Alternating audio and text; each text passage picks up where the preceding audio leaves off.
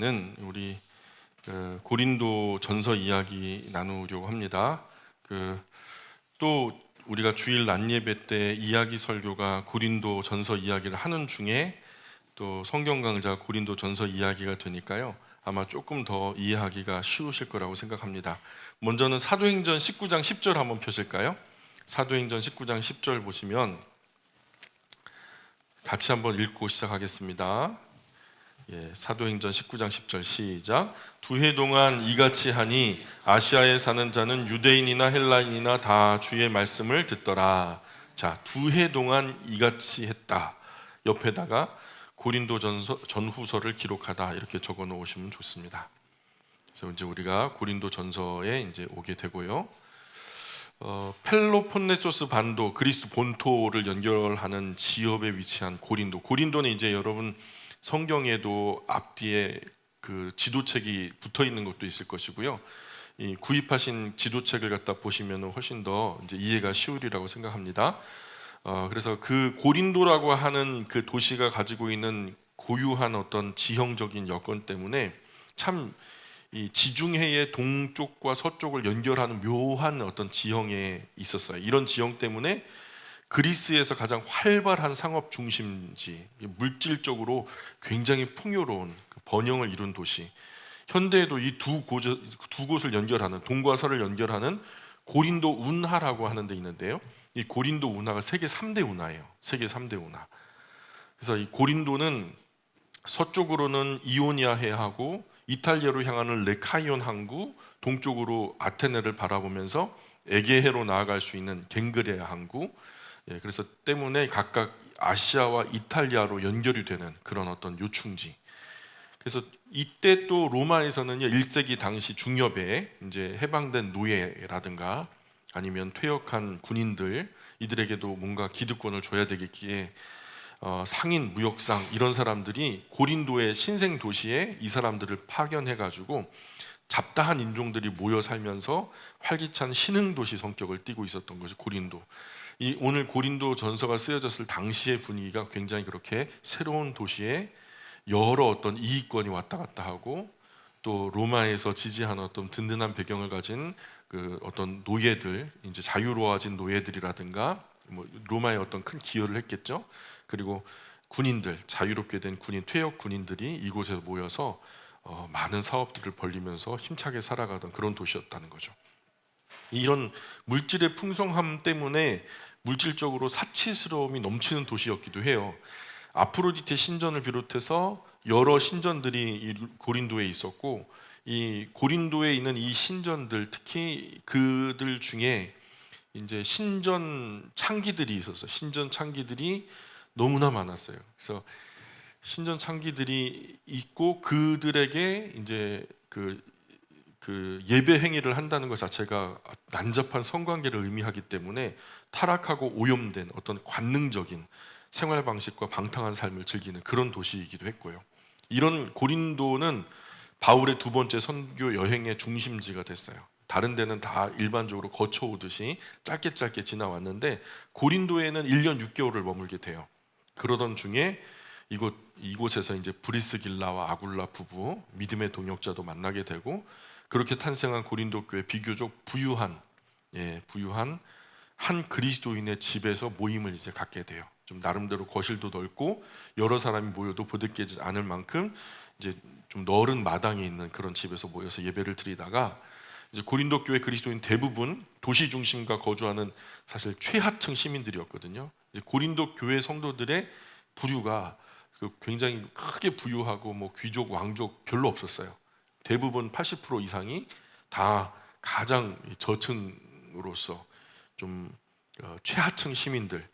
고린도 전서를 쓰기 이전에 바울이 고린도를 떠난 후에 발생한 문제들을 해결하기 위해서 적어도 한 통 이상의 이제 편지를 고린도 교회 그리스도인들에게 보냈다라는 것은 이미 본문을 통해서 드러나고 있고요. 그런데 안타깝게도 그 고린도 전서 이전에 보냈던 편지는 손실되어 없어졌고 바울은 이렇게 원거리로 서신을 주고 받으면서 목회를 하는 그런 상황이었다는 거. 고린도 전서는 바울이 에베소에 머물면서 고린도에 있는 그 그리스도인들에게 편지를 쓰면서 이렇게 편지로 목양이 이루어졌던, 대략의 시기는 주후 54년에서 55년경, 54년에서 55년경으로 추정이 됩니다. 고린도전서를 고린도전서를 쓴 직접적인 발단이 되는 두 가지 서신 내용에서 발견될 수 있는데, 왜 고린도전서를 썼냐 하면 고린도전서 1장 11절 볼까요? 1장 11절에 보시면 내 형제들아 글로에의 지편으로 너희에게 대한 말이 내게 들린다. 그러니까 고린도 교회의 형편이 지금 에베소에 있는 바울의 귀에 들린대요. 누구 통해서? 글로의 집에 어떤 소식통이 있었던 것 같아요. 아마 상업 때문이었는지 어떤 이유 때문이었는지 고린도에서 바울이 있는 이 에베소까지 왕래가 아마 있었던 것 같아요. 이 글로의 집에 안에 있는 어떤 사람들을 통해서 너희에 대한 말이 내게 들렸다. 곧 너희 가운데 분쟁이 있다는 것이라. 고린도 교회 분쟁이 있다는 것을 바울이 글로의 집 편의 소식통을 통해서 알게 됐다는 거죠. 자, 그리고 두 번째가 고린도전서 16장 17절 보세요. 고린도전서 16장 17절에 보면은 거기에도 내가 스데바나 부드나도 아가이고가 온 것을 기뻐한다. 이게 어디 사람이죠? 예? 스데바나 부드나도 아가이고, 이게 고린도 교회 그리스도인 중에서 집사님들이에요. 세 집사님들. 바울이 고린도에서 전도했을 때 제일 초창기에 예수님을 영접하고 그리스도인이 된 사람들이, 이 사람들이 중심이 되어서 고린도 교회의 창립 멤버가 된 거예요. 이 사람들은 바울과 굉장히 각별하죠. 고린도에서 그 누구보다도 앞서 예수님의 복음을 받아들였던 사람이고, 바울에게는 굉장히 든든한 지지자가 되었을 거예요. 그래서 이 스데바나 부드나도 아가이고 창립 멤버들이 왔대요. 어디까지 왔을까요? 바울이 있는 에베소까지 왔대요. 그래서 기뻤대요. 그런데 그들이 너희의 부족한 것을 채웠습니다. 자, 고린도 교회에 보낸 일행이 가져온 이 세 집사님이 에베소에 있는 바울에게까지 왔는데, 올 때 그냥 맨손으로 오지 않고 나름대로 이제 바울이 쓸 어떤 헌금을, 그 어떤 연보를 가지고 온 것 같아요. 그들이 가져온 이 서신에 담겨진 여러 의문에 대한 답변을 또 주기 위한 목적이기도 했고요. 그러니까 방금 앞서서 우리가 글로의 집 편의 소식도 바울이 들었고, 지금 이 세 집사님 고린도 교회 창립 멤버들을 통해서도 들었고, 그런데 고린도 교회에 여러 가지 문제점들이 있다라는 것을 들었다는 거죠. 그래서 자주 등장하는 말들이 있는데, 너희가 쓴 문제에 대하여는, 이런 말들이 나와요. 너희가 쓴 문제에 대하여는, 바울이 고린도 교회 그리스도인들의 어떤 신앙의 질문을 이 여러 편에 의해서, 도대체 바울 목사님은 이런 신앙적인 문제에 대해서 어떻게 우리에게 안내를 해줄 수 있는데, 이런 어떤 어려운 신앙적인 어려움에 대해서 우리가 어떻게 나아가기를 목사님은 바라실까? 이런 어떤 신앙적인 질문에 대해서 답변을 주는 형식으로. 그래서 고린도전서 7장 1절에 보시면, 그냥 거기다 밑줄을 그어 놓으시면 좋겠죠. 너희가 쓴 문제에 대하여 말하자면 너희가 썼던 문제, 신앙의 문제를 바울에게 물어왔던 거죠. 앞서 그런 문제가 있었다는 거죠. 근데 이 쓴 문제는 어떤 문제일까요? 고린도 교회 그리스도인들이 바울에게 쓴 거예요. 그죠? 그러면은 고린도 교회 그리스도인이 바울에게 보낸 편지가 하나 있었다는 얘기죠. 그죠? 맞습니까? 그래서 그 문제는 이제 고린도 전서를 읽다 보면 직접적인 그 문제가 무엇인지는 알지 못하지만 바울의 답변을 통해서 유추해 보면, 이런 질문을 했겠구나, 충분히 이해가 되겠죠. 그래서 가만히 보니까 그 문제들이 여러 가지가 나오는데, 대표적인 것이 이제 고린도 교회 안에 세력이 나누어진다는 거예요. 파당이 나누어졌다는 거예요. 분열되고 있다는 거예요. 교인들 사이에 나름의 지위를 확보하기 위해서 나름의 어떤 목소리, 어떤 본인들의 목소리를 더 크게 나타내기 위해서 자기들이 편애하는 사람을 중심으로 당을 지어버리는 거죠. 누가 모르긴 몰라도 고린도 교회는 바울 목사님이 세웠어. 바울 목사님이 여기에 복음을 전해주지 않았으면 고린도 교회는 없는 거야. 그러니 바울 목사님이 최고야. 바울 목사님을 중심으로 헤쳐모여 해가지고 바울파가 생긴 거예요. 아무리 그래도 여기 교회를 세웠다 해도 현재적으로 지금 이 교회를 어렵지만 이렇게 잘 보살피면서 이제 헤쳐나가고 있는 분은 아볼로 목사님이셔. 아볼로를 중심으로 헤쳐 모여야지 무슨 소리야? 지금 지도자가 우리 눈앞에 있는데. 바울 목사님도 아볼로에게 이것을 다 위탁하고 에베소에 간 거 아니었어? 거기서 그 사역을 하시고, 그러니 아볼로를 중심으로 헤쳐 모여. 그래갖고 아볼로파가 나오고, 바울도 못마땅하고 아볼로도 못마땅한 거예요. 근데 다 지금 여러 가지 이제 결함이 있는 거죠. 근데 정통성으로 따지자면 누가 봐도 예수님의 직계 제자요, 사도 중에 한 사람이요, 수제자, 대표성을 갖는 게바, 즉 베드로를 중심으로 우리가 헤쳐 모이는 게 맞지 않겠냐. 그들도 파송돼 가지고 예루살렘 교회 베드로의 파송을 받고 시리아 안디옥 교회에 갔다가 이렇게 돌아온 거니까 뭐 그런 식으로 이해를 했던 거죠. 그러니 이 일부의 이제 사람들은 게바파, 베드로를 중심으로 게바파를 만든 거예요. 그러니까 그것도 마음에 안 드는 사람들이 또 있었을 거란 말이죠. 그러니까 야, 우리가 베드로도 말하는 것이 예수님이고 바울도 말하는 것이 예수님이고 아볼로도 말하는 것이 예수님인데 그러면 누가 최고냐? 예수님이 최고지. 나는 예수파다, 곧 그리스도파. 이렇게 하면서 그냥 단적으로 봐도 네 파당이 나눠진 거예요. 여기에다가 율법을 더해야 된다. 율법을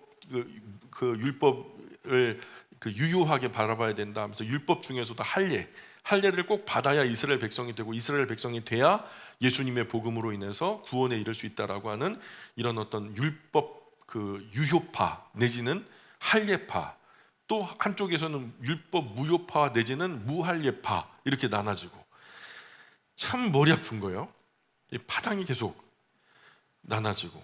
근데 이 고린도 지역의 사람들의 기본적인 어떤 지역 정서가요, 고린도 사람처럼 행동하다라는 것이 그때 당시 관용어처럼 쓰였는데, 그게 어떤 거냐면 이 지역 정서가 굉장히 성적으로 문란했고 난잡했어요. 그러니까 도덕적으로 부도덕하다, 성적으로도 부도덕하다라고 말할 그런 의미의 대명사격으로 고린도 사람처럼 행동하냐 너 어떻게? 그거는 욕이에요, 칭찬이에요? 그럼 되게 큰 욕인 거예요. 어떻게 너 고린도 사람처럼 그렇게 행동해? 하면서 야단치면은 야, 성적으로 너무 부도덕해, 너 윤리적이지 못하잖아, 이런 얘기였다는 거죠. 이런 세속적이고 퇴폐한 생활 방식, 성적 문란함이 교회 안에 침투해, 파당에 대한 거, 성적 부도덕함.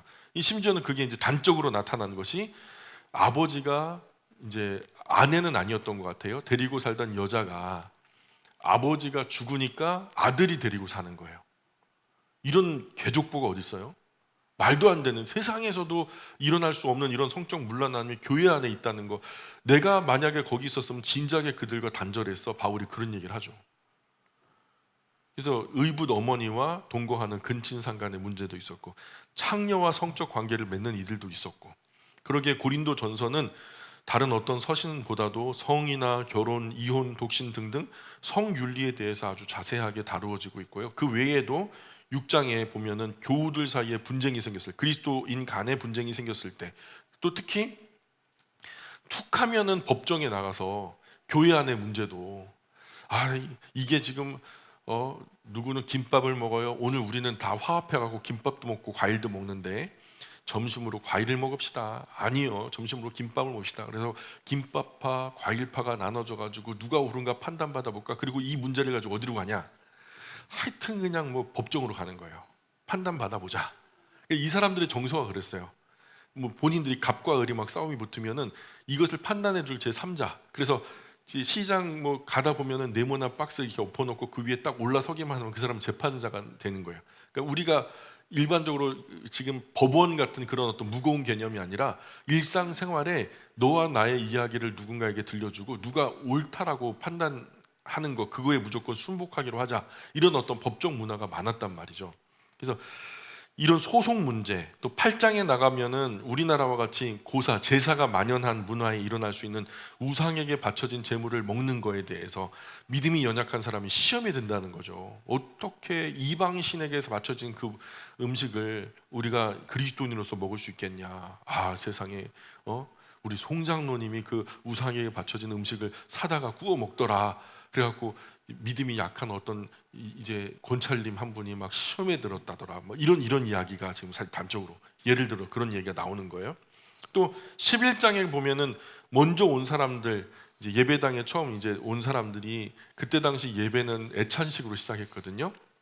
이런 조그만 테이블을 앞에다 놓으면은 예배당에 오시는 분들이 난식구 첫날 떡과 음료를 가지고 와요. 그리고 여기다 쌓아놔요.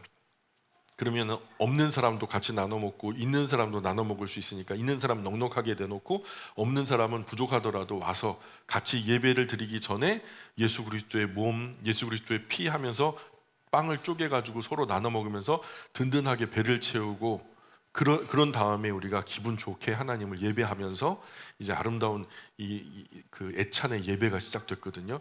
오늘 그것이 이제 정통성을 가지고 1년에 몇 번 안 하지만 성찬 예배가 된 거예요. 근데 그 초창기의 예배는 그런 모습이었어요. 근데 이게요, 그 매일 얻어먹는 어려운 사람 입장에서는 얻어먹는 것도 한두 번이지 나는 내지도 못하는데 계속해서 먹기만 하니까 미안하기도 하고 그 중에서 눈치 없이 그냥 마구마구 먹는 사람도 있고 그러다 보니까 서로 눈치 보면서 먹지 않으니까 결국에는 냈던 사람이 아이고 이거 남는데 어떡하냐 그래가지고 배 터지게 먹는 거예요. 또 안 냈던 사람 중에서는요 눈치 보다가 남으면 먹으려고 했는데 또 자기가 가져왔다고 아자아자 끝까지 먹으니까 한 사람은 배고파 죽을 지경이고 한 사람은 배 터져 죽을 지경이고 이 빵도 그렇지만 포도주는 어때요? 포도주는 안 먹으면 말짱하지만 먹으면 취하잖아요. 그러니까 심지어 예배 중에 술에 취한 상태로 예배에 들어가게 되는 그런 상황도 있었다니까요. 사실 저도 사실 취중에 예배를 드렸던 적이 있어요. 예전에 어렸을 때 중학교 때 만 14세가 됐다고 성찬 예식에 참여하라는 거예요. 근데 그때는요 우리 어머니들이요 이거 참 대단했어요. 단지에다가 포도를요 진짜 발효를 시키는 거예요. 발효를 시켜갖고 알코올이 그냥 완전히 막 충만한 거예요. 그냥 냄새만 맡아도 저기서부터 술 냄새가 막 진동하는 거예요. 근데 만 14살 됐다고 그걸 갖다가 성찬 예식에 참여할 수 있다고 참여한 거예요. 성가대 맨 앞자리에 앉았는데 그 마셨죠? 갑자기 핑 도는 거예요. 아침도 안 먹었는데. 그래가지고 성가대 찬양도 못하고 앞에서 엎드려갖고 잤던 적이 있어요. 진짜로 술 약한 사람 그러잖아요. 근데 여기서도 이제 그런 고린도 교회에서도 그런 일이 벌어져요. 누구는 배불러 죽네, 누구는 배고파 죽네, 누구는 술 취해서 막 취해서 죽네, 누구는 그거 뒤통수 보느라고 좀 괴로워 죽네, 막 그러고 그런 거.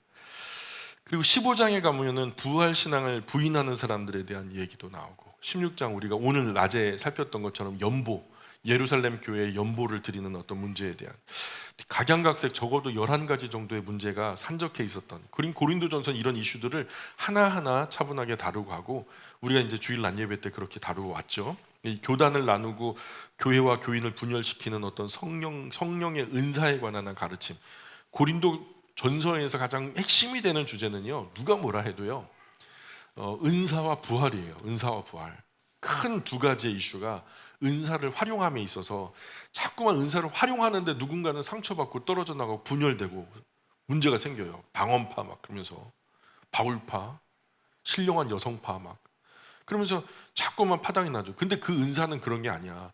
은사가 활용될수록 사랑은 풍성해져.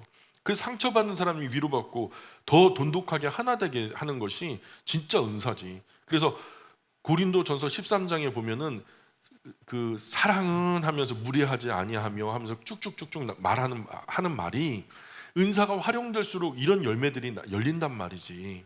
근데 지금 너희들이 활용하는 은사는 전혀 성령의 은사 같지 않아.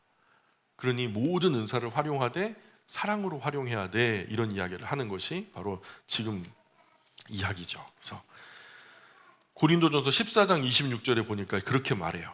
그런즉 형제들아 어찌할까? 너희가 모일 때에 각각 찬송시도 있으며 가르치는 말씀도 있으며 계시도 있으며 방언도 있으며 통역함도 있나니 모든 것을 덕을 세우기 위하여 하라. 그러니까 누구 한 사람만 딱히 좋아서 막 눈물 콧물 흘리고 막 방언 막 그래갖고 막 신비 체험 막 다 했는데 다른 사람들은 눈 껌뻑껌뻑 멀뚱멀뚱 그거 아니에요. 우리 모두가 좋아야 그게 덕이라고 하는 거예요. 덕.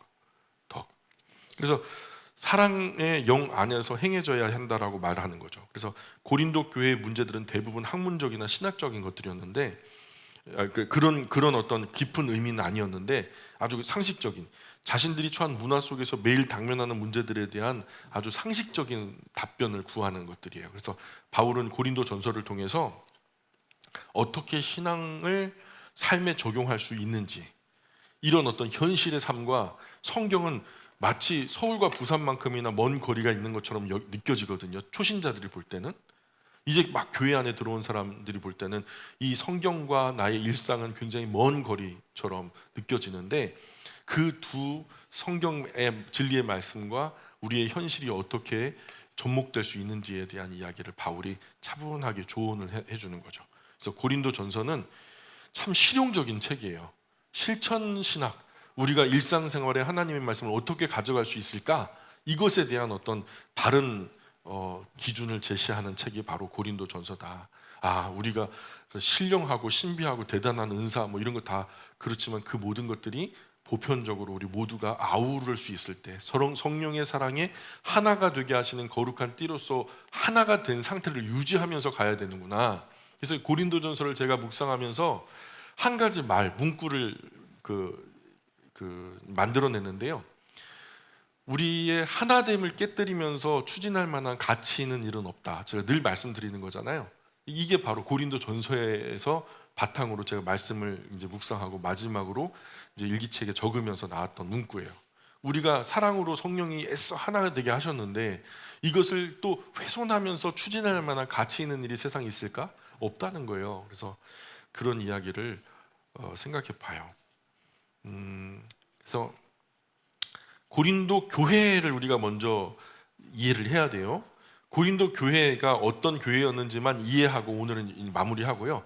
다음 시간에는 11가지 정도의 문제를 꼼꼼하게 체크해보고, 이미 앞서 우리가 살폈기 때문에 너무 쉽게 이제 이해하실 수 있을 거예요. 오늘은 고린도 교회가 어떤 교회였나? 우리 선한이웃 영광교회는 어떤 교회예요? 좋은 교회예요.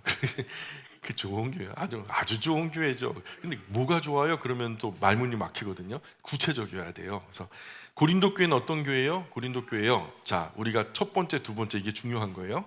고린도 교회는 1년 6개월 정도밖에 안 된 교회예요.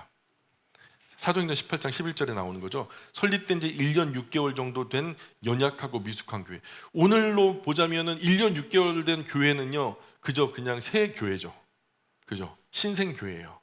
개척 1년 6개월이면은 진짜 생초자 교회죠. 그죠? 그러니까 뭔가 시스템이 원활하게 돌지 않아요. 뭔가 다 맞춰 나가야 되는 거고, 미숙한 교회였다는 거. 고린도 교회에서 가장 오래 신앙생활한 성도가 얼마나 있을까요? 1년 6개월. 예. 그러니까 바울과 함께 개척하면서 신앙생활을 시작했다 해도 가장 오래 믿은 분이 1년 6개월 믿은 분이에요. 지금 여기 계신 분들 몇 년 믿으셨어요? 우리 같은 분, 여기 계신 분들 고린도 교회 가면은요, 그냥 장로님이 하셔야 돼요. 그야말로 그냥 중직자예요. 지금은 개인마다 성경책이 있고 신앙생활을 하기 도움이 될 만한 여러 장치들이 있고 스마트폰 안에도 성경 수십 권이 들어가는 시대인데요. 또 그것을 풀어서 묵상하는 그런 글들도 얼마나 많은데, 그러나 당시에는 성경이 구약뿐이었고요. 그마저도 성경 보기가 하늘의 별 따기만큼 어려웠던 시절이에요. 당시 성경을 일일이 손으로 써서 복사본을 만들어야 되는 거예요. 필사한다라는 게. 근데 필사한다는 얘기가 나오니까 또 오늘 아침에 뉴스를 읽었는데, 애가 12살짜리가 아침에 일어나고 성경 몇 절 필사하는 걸 갖다 엄마가 숙제를 내줬는데 안 냈다는 걸 두드려 패서 죽여버렸네. 그게 또 나왔어요. 그게. 이렇게 신앙 교육하면 안 되는 거예요. 하나님이 그렇게 하지 않잖아요. 하나님이 언제 너 오늘 성경 안 읽으면 5장 안 읽으면 내가 벼락을 내려 널 그냥 벼락할 거다 막 그렇게 하나님 그렇게 협박하시던가요? 하나님이 그렇게 안 하는데 자율적으로 우리의 100% 자유 의지를 존중해 주시면서 우리 인격을 존엄히 여기시는데, 하나님도 강제하지 않는 걸 갖다 우리가 배워서 한국 교회에서 이상한 그 교훈을 배워가지고 자녀들에게 약도 안 먹이고 막 그냥 성경 안 읽고 막 필사 안 하면 때려 죽인다. 먹을 것도 안 주고 말이야. 애가 처음에는 통통하게 그냥 우리 정윤이처럼 그냥 이렇게 예뻤는데 이렇게 되니 나중에는 완전히 막 뭐 기아대책기구에서 막 광고 홍보할 정도로 이렇게 돼가지고 나중에는 죽은 상태로 발견된 거예요. 그게 또 뭐 성경 필사 이런 얘기 나오니까 교회에서 그랬다고 댓글이 한 3천 건 달렸어요. 아이고야. 그래서 목사님이 아무리 그냥 명품 설교 그냥 막 홈런 치는 설교 막 그 해봐요. 아무 소용 없어요. 그런 사람들의 잘못된 행실 하나가 은혜 다 까먹는 거예요. 어쨌든 그러니까 어쨌든 그 필사를 해가지고 이제 사본을 만들었다는 거예요. 당시에는. 그러니까 이 성경책이 얼마나 비쌌겠어요. 얼마나 비쌌겠어요. 그냥 돈으로 구입을 한다고 해도 너무 비쌌고 그저 그냥 있다고 해도 그 보물 취급 받으니까 함부로 그냥 사사로이 펼쳐서 읽을 수도 없어요. 다 사람들이 모였을 때 비로소 한번 펼쳐서 읽을까 말까 하니까. 그러니까 그 정도로 이 미숙한 교회가 고린도 교회였고, 두 번째, 고린도 교회의 신앙은 정말 불완전했던 교회예요. 그걸 증빙할 수 있는 구절이 1장 11절에 보세요. 고린도전서 1장 11절에 보면 1장 11절에 내 형제들아 글로의 집 편으로 너희에 대한 말이 내게 들리니 곧 너희 가운데 분쟁이 있다는 것이라. 내가 이것을 말하거니와 너희가 각각 이르되 나는 바울에게 나는 아볼로에게 나는 게바에게 나는 그리스도에게 속한 자라 한다는 것이니 그리스도께서 어찌 나뉘었느냐. 바울이 너희를 위하여 십자가에 못 박았으며 바울의 이름이 너희가 세례를 받았느냐. 뭐 이렇게 얘기하는. 그러니까 파당 지어가지고 갑론을박하면서 교회 안에서 뭐 누구 목소리가 크냐. 이게 이 구절을 통해서 유추해 봐도 고린도 교회는요 불완전하고 부족한 교회였어요. 안 봐도 뻔하죠. 세 번째로 지혜로운 자나 문벌 좋은 자가 거의 없었던 교회예요. 그게 이제 1장 26절에 보세요. 1장 26절에 형제들아 너희를 부르심을 보라. 육체를 따라 하면 세상의 어떤 판단의 기준으로 보자면 지혜로운 자가 많지 않다. 능한 자가 많지 않다. 문벌 좋은 자가 많지 않다. 그러잖아요. 그죠? 대부분 좀 이렇게 하층 시민으로 어렵게 살아가는 사람들이 대부분이었다라고 여겨져요. 그래서 네 번째로는 바울에게 세례 받은 가정이 뭐 나도 바울에게 세례를 받았다, 나도 바울에게 세례를 받았다 하면서 전부 다 바울을 표방하면서 나오는데 바울은 그렇게 많은 사람에게 세례를 준 적이 없어요. 바울이 직접 말하기를 1장 14절에 고린도전서 1장 14절에 나는 그리스보와 가이오 외에는 너희 중 아무에게도 내가 세례를 베풀지 아니한 것을 감사한다 이렇게 말해요. 지금 여기서 나온 것은 두 사람에 대한 이야기가 나오죠. 그리고 1장 16절에 보세요. 내가 또한 스데바나 집사람에게 세례를 베풀었고 그 외에는 다른 누구에게 세례를 베풀었는지 알지 못하노라. 그 외에는 내가 베푼 적이 없다는 거예요. 하여 1장 14절, 1장 16절을 근거로 해서 그리스보와 가이오 그리고 스데바나 이 세 가정 외에는 바울이 직접 세례를 준 예가 없어요. 그런데 나중에 알고 보니까 나도 세례 받았다, 나도 세례 받았다, 다 바울에게 세례를 받았대. 거짓말이죠. 이게 진위 여부를 파악할 수 없는데 바울이 이렇게 이제 얘기하니까 거짓이 다 드러나는 거죠. 그리고 그렇죠. 예전에는 교회에서 교회로 이전할 때 교족부를 가지고 갔어요. 예를 들어서 서울에서 부산 갈 때 서울에 있는 교회에서 목사님 제가 부산으로 이사를 가게 됐습니다. 교족부 좀 가져갈 수 있게 허락해 주십시오. 그러면요 그 교회의 호적이죠. 그걸 다 신앙 신급부터 시작해서 언제 세례 받았고 자녀의 슬아의 자녀가 몇 명이 있었고 언제 결혼해 그 아이들의 신앙의 정도는 어디고 어느 정도 이제 어떤 말씀을 공부했고 그래서 상급, 중급, 하급 이런 식으로 아예 초신자부터 다시 교육을 해야 되는지 아니면 일반 직분자로서 이제 편입이 가능한지 이런 것들 다 한눈에 볼 수 있는 교족부가 있어요. 이걸 가지고 부산에 있는 교회로 가갖고 이적을 하는 거예요. 이적. 그렇게 하면서 이적이 이루어졌는데 근데 그게 다 지금 현대교회는 개토화됐거든요. 따로따로 모래알처럼 흩어져 버렸어요. 그러니까 교족부를 가지고 이동하는 성도는 없다고 봐야 돼요. 거의 없어요. 거의 없어요. 심지어는요, 이 교회에 있으면서 내가 이제 새신자가 됐거든요. 근데 맨날 형제님, 자매님 그러는 거예요. 근데 보니까 교회에서 막 괄목할만하게 일하는 분들은 집사님, 안수 집사님, 장로님, 권사님 막 그러는데 부럽거든요. 아, 교회에서는 직분이 끝발이 있는 거구나. 이 교회에서는 직분이 없었는데 저 교회 갈 때는 저요 권사. 그냥 다른 교회 가면서 그냥 스스로 권사가 되는 거예요. 다른 교회 가면서 장로, 안수집사 이런 사람도 있어요. 그 정도는 양반이죠. 제가 직접 봤던 우리 노회에도 그런 양반이 한번 들어왔었는데요. 유학을 했다는 거예요. 이제 그래서 교족부를 떼와봐라. 그 학적부가 있잖아요. 미국에 있는 뭐 신학교라고 하는데 학적부를 가지고 와서 보니까 다 이제 영어로 돼 있으니까 우리가 이제 그걸 그 감시 관리하는 부서가 있거든요. 그 목사님이 미국에 있는 그 신학교에 연락을 했는데 없어요. 그런 신학교가 없어요. 그리고 자기는 졸업장을 받아왔대. 그리고서 그분을 추적하다 보니까 몇 년 전에 건너가셨었는데 나중에 이제 알고 보니까 이분이 집사님으로 출국한 기록은 있어요. 그런데 거기서 목사님이 됐는데 신학을 한 적이 없어. 근데 우리나라에 들어왔는데 순복음 계열의 목사님으로 등재가 된 거예요. 그리고 편목 과정을 통해서 우리 교단으로 들어오겠대. 근데 그 교단으로 들어왔는데 그 교단에서 우리 시찰로 들어오겠대. 근데 그때 당시 시찰장이 저였어요. 환장하죠. 자기는 목사라는데 근거로 나타낼 수 있는 건 아무것도 없고. 그래가지고 그냥 아예 그 호적에 올리지 않은 상태로 목회를 하다가 그냥 나가버리셨어요. 심지어는 어떤 분이 있냐면 나갈 때는 집사님이셨는데 필리핀에 가서 무슨 이제 목사 안수 뭐 졸업 뭐 그리고 심지어는 석사 박사 학위까지 다 가지고 들어와서 비행기 타고 들어올 때는 나는 목사래. 비행기에 안수를 받은 거지. 비행기 타고 가면서 올 때는 내가 목사가 되니까 비행기 안수를 받은 사람들. 이게 우스운 얘기지만요.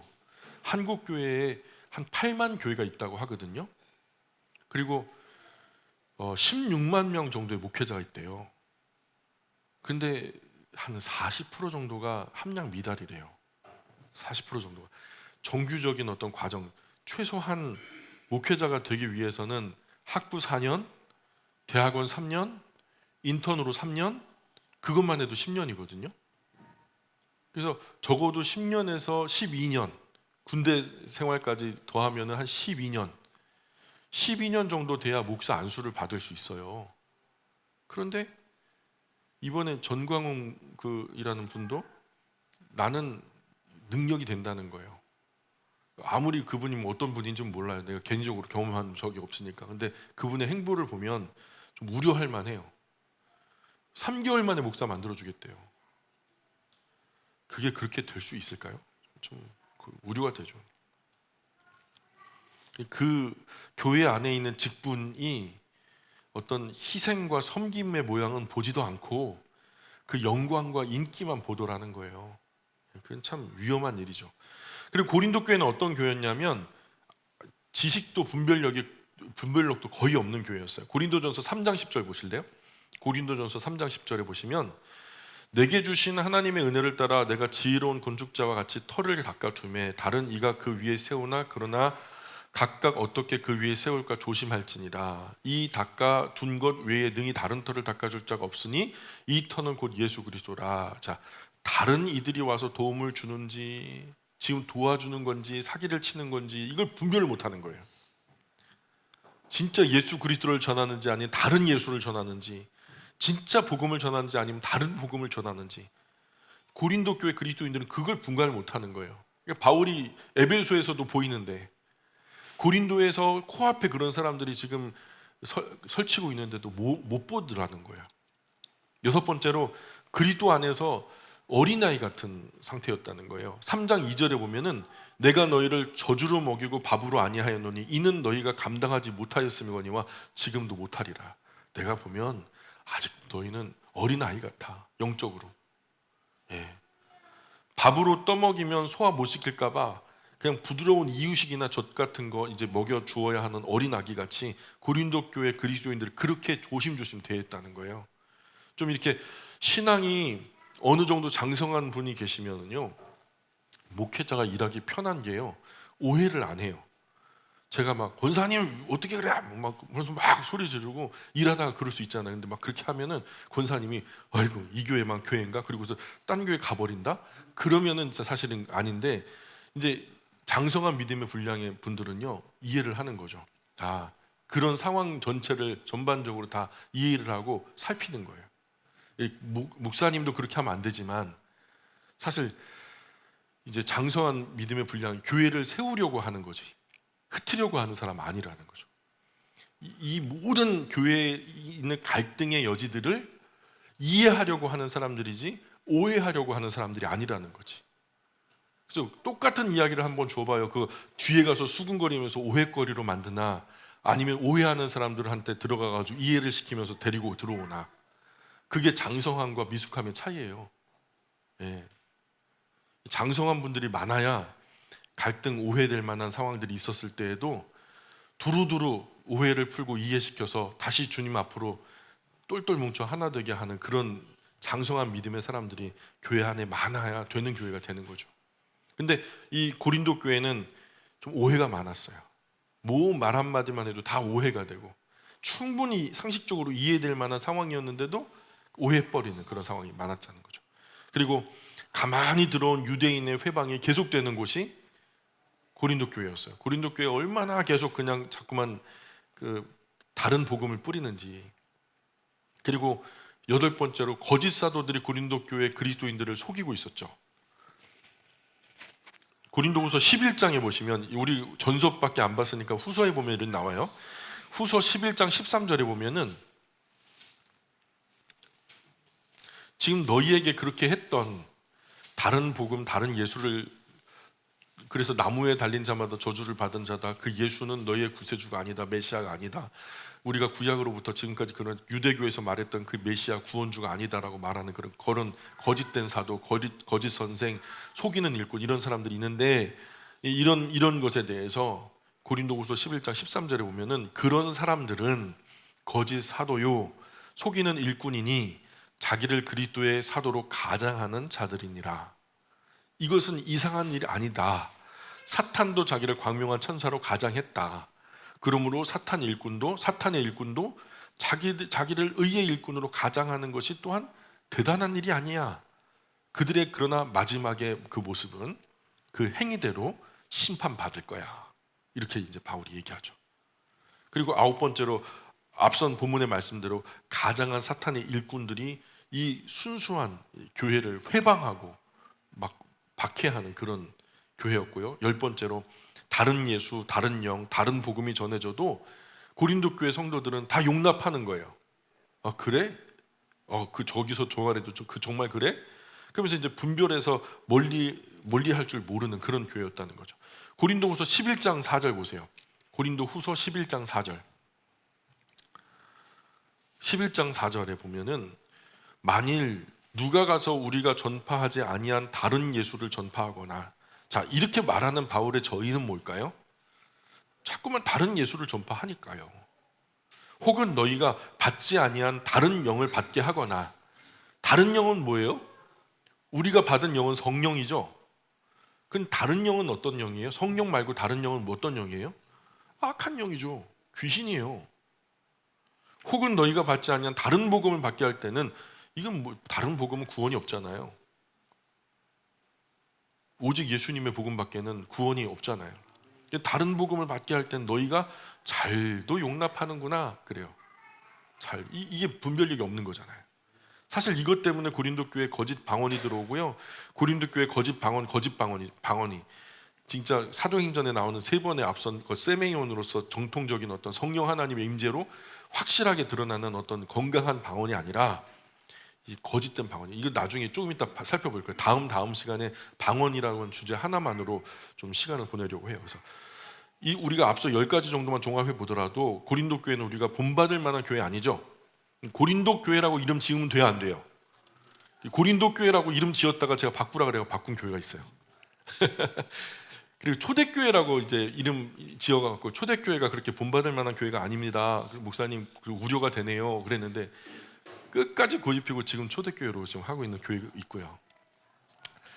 초대교회, 고린도교회 이런 교회들 이름 좋은 이름 아니에요. 되게 미숙한 교회지. 이런 미숙한 교회, 바울을 제일 많이 속썩이고 제일 많이 힘들게 했던 교회. 그래서 고린도 교회가 설립된 배경이 바울 2차 전도 여행 때 아시아로 가서 복음 전하려 했는데 예수의 영이 허락하지 않았죠. 서쪽으로 곧게 가다 보니까 드로아 해변까지 가게 됐고요.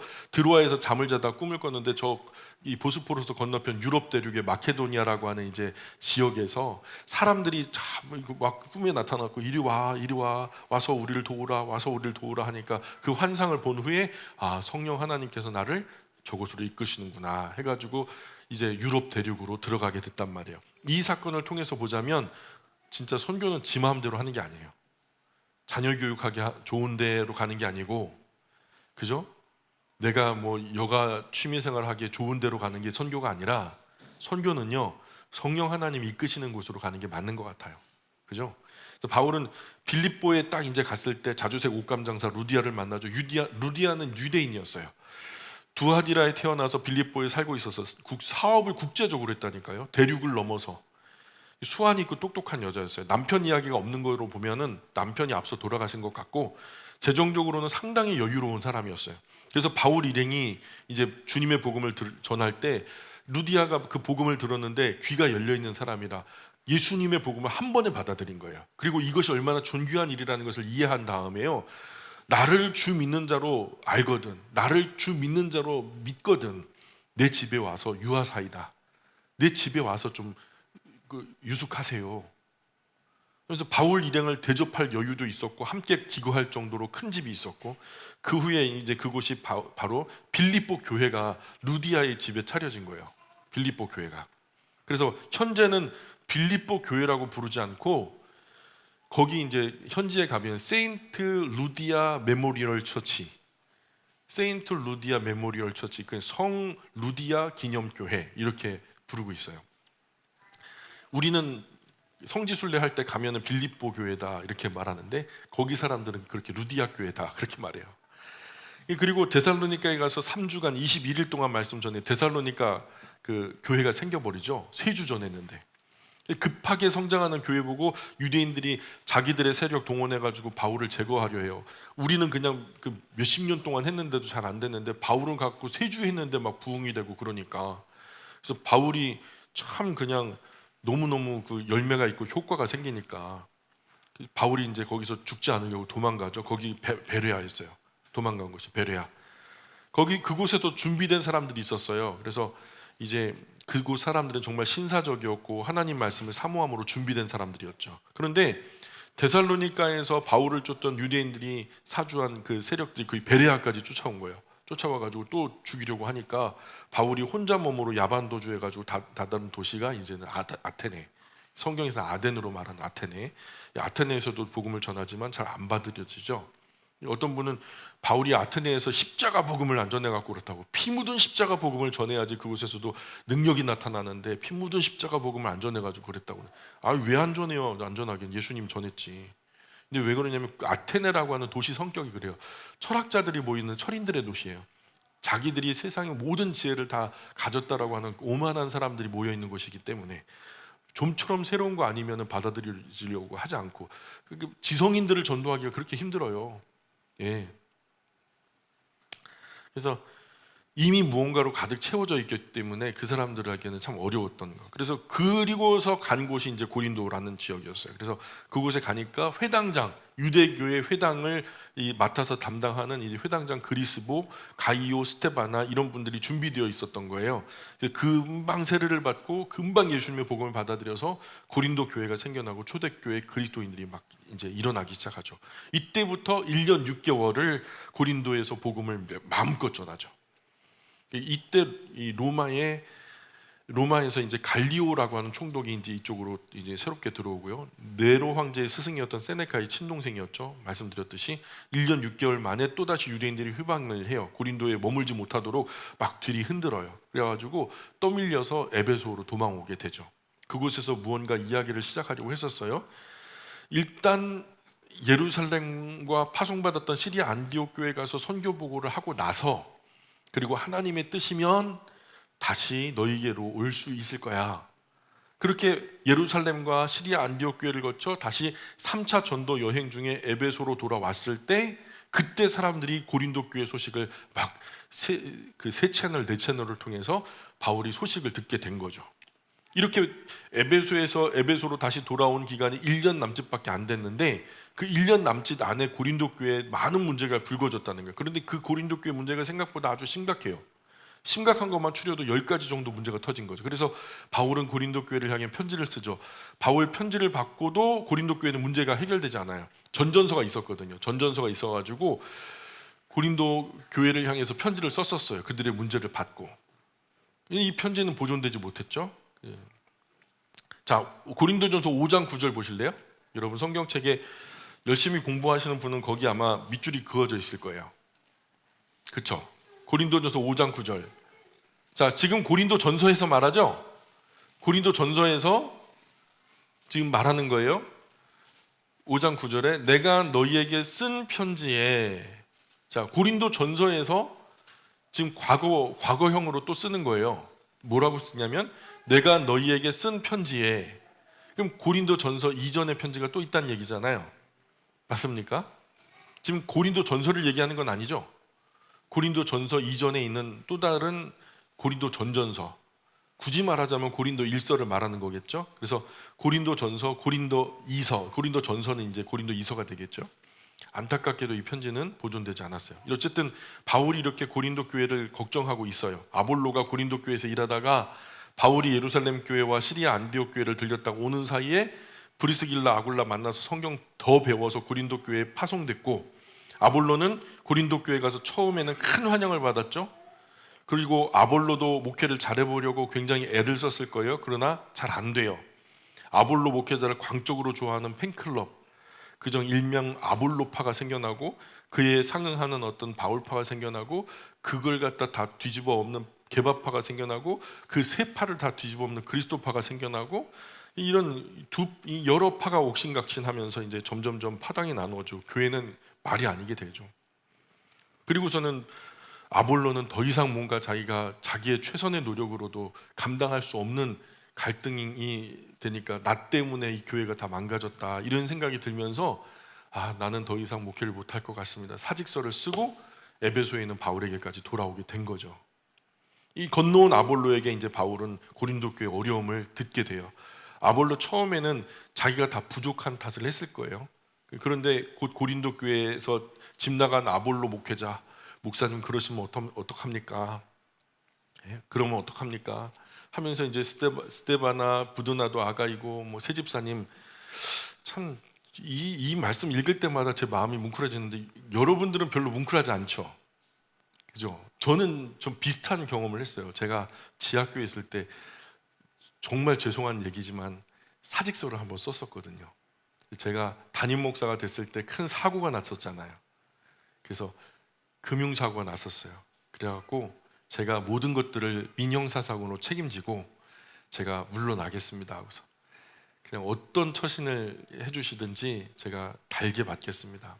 뭐 형사적인 처벌이든 민사적인 처벌이든 어떻게든 받겠습니다 하면서 이제 그때 당시 이제 교회적으로 굉장히 큰 어려움이 사실 있었어요. 근데 그 주간에 홍 장로님도 전화 왔죠. 송 장로님도 전화 왔죠. 최 권사님도 전화 왔죠. 김 권사님도 전화 왔죠. 그 네 분들이 또 똑같이 하는 말이 뭐냐면, 목사님 원로 목사님 사역은 원로 목사님 사역으로 은퇴하셨으니 끝난 거고 이제 담임 목사 체제로 목사님이 담임 목사 되셨으니 이제 이 정도 개척한다 생각하면 좋은 시작 아니냐고. 그때 당시 이제 장년들만 이제 13분 정도 뭐 주일 낮 예배 참석하시는 분들이 그렇게 계셨는데 이제 어느 교회 보니까 목사님이 사모님 한 분 앞에 앉혀놓고서 3년 동안 설교를 했대. 난 본 적은 없는데 그런 얘기를 하시더라고요.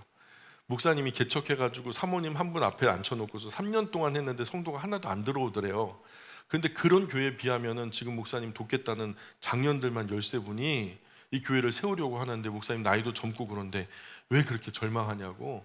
이 네 분이 했던 말씀들이 다 똑같았어요. 그래서 제 토요일 날 깊이 반성하고 저를 그렇게 신뢰해 주신다면 제가 다시 한번 힘을 내보겠다고. 그래가지고 지하교회 때 다시 한번 이제 힘을 내서 일어났던 거죠. 근데 아볼로 목사님도 그렇게 이제 도망갔거든요. 에베소로. 근데 이 도망간 집 나간 목사님 찾으러 온다고 새 집사님이 또 같이 따라온 거예요. 그래가지고 아볼로 목사님 잡으러 오겠다. 근데 아볼로 목사님은 저보다 고집이 세요. 안 간대. 죽었다 깨어나도 안 간대. 예. 그래서 결국에는 이제 못 데리고 가죠. 예. 그런 고린도 교회의 어려움을 들으니 문제가 한두 가지가 아니에요. 고린도 교회가 그렇게까지 분열되고 망가졌다니까 바울의 입장에서는요. 아니 1년밖에 안 되는 그 짧은 시간 안에 이렇게 쑥대밭이 될 수 있어. 왜 그렇게 되는데 말도 안 되지?